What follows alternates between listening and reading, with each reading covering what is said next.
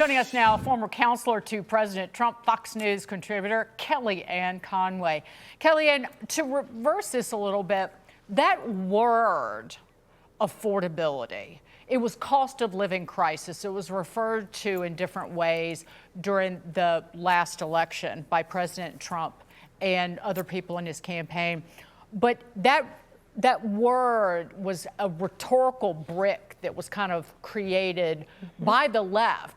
And it was thrown quite expertly. If you look at, say, Zoran Mondami, does it help the Republicans and POTUS and co. to use the same word that the left was using? Or are they using it effectively? Sure.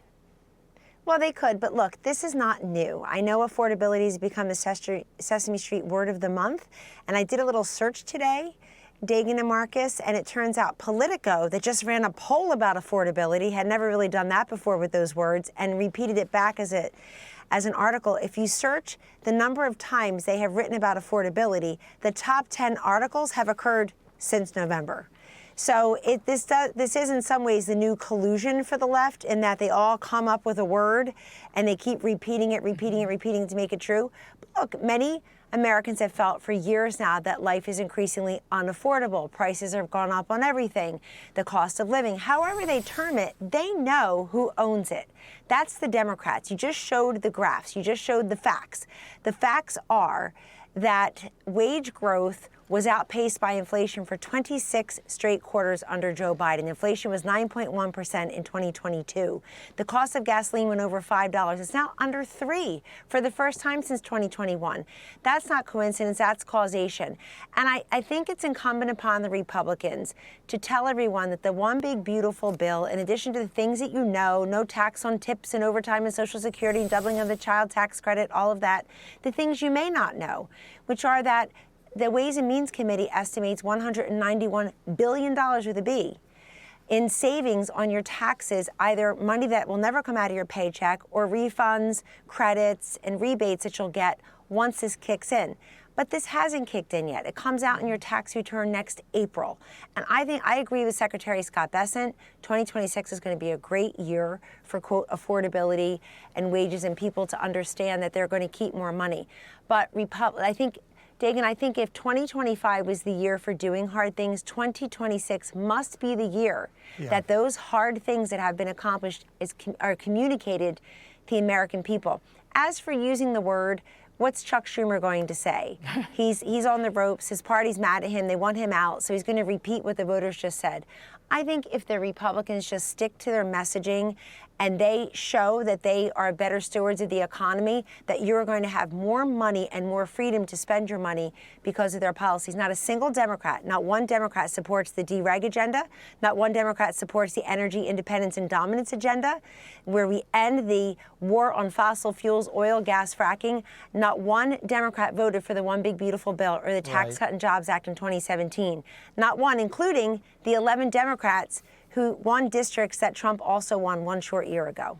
Kellyanne, I've always found you to be a master communicator, so I want to move on to the next topic. While the Democrats are in overdrive trying to convince voters that Team Trump is failing, something they're doing far too often, it's good to remind everybody how bad things could have been if the 2024 election went a little differently. First up, cackling Kamala Harris as our president, currently feuding with tons of notable Democrats in a bid to boost her book sales, new memoir that no one asked for. Tim Walz as our vice president, the same guy who's now caught up in at least $1 billion Minnesota fraud scandal. And then there's Arizona Senator Mark Kelly, a rumored Harris cabinet pick who's got himself in hot water for leading the seditious Treasonous Six. Marcus?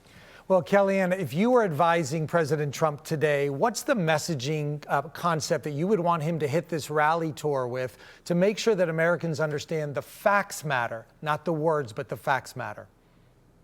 That's right. He's got facts and figures on his side as well as anecdotes. He can use the heart and the head as he goes to Pennsylvania on Tuesday and starts matching up what's been an extraordinary, almost unprecedented year of foreign travel and direct foreign investment. He's going to match that up with domestic travel beginning on Tuesday and all through 2026. His message should be, we're the ones investing in America. I've got direct foreign investment, but I've got so many American companies now reshoring manufacturing, bringing our jobs and our wealth back here. And it takes time to dig us out of the hole that was Biden-Harris. When President Trump campaigned, he campaigned on migration, inflation. He also campaigned on strength over weakness. And he also campaigned on they broke it, I'll fix it. And that takes time. So if he can remind them how bad things were, not just how bad they would have been if they had stayed in power, but just how bad things were, that's why and how he won 7 out of 7 of the swing states, a majority of the popular vote, because people said, I want to go back to the 2019 pre-COVID economy that Donald Trump and his team created. That was one where wage growth lifted, that rising tide lifted all boats, record wage growth in every African-American and Hispanic household, among veterans, disabled veterans, the list goes on and on. So you saw this massive victory for President Trump, but I'll send a cautionary tale to the Republicans, friends. With Donald Trump not on the ballot, you don't do as well. We saw that last month. We saw it in 2022, where Republicans failed to finish their sentences. They were out there just chortling words. Inflation, Afghanistan, Kamala, Biden, dementia. Those are barely words, let alone sentences. Complete the sentences and walk people through the distinction with the difference between the two parties and their policy prescriptions. Trump's the one who's going to go out there and sell it. And I encourage all of the Republicans and every viewer to go, which came out last night, to read the national security strategy that came out of the White House, directly linking our energy dominance and fossil fuel production to our national security and our dominance on the world stage. It is exactly what we expect from President Trump and his team. Kellyanne Conway, pleasure. Thank you. Dear lady, thank you. Thank you. Smart one.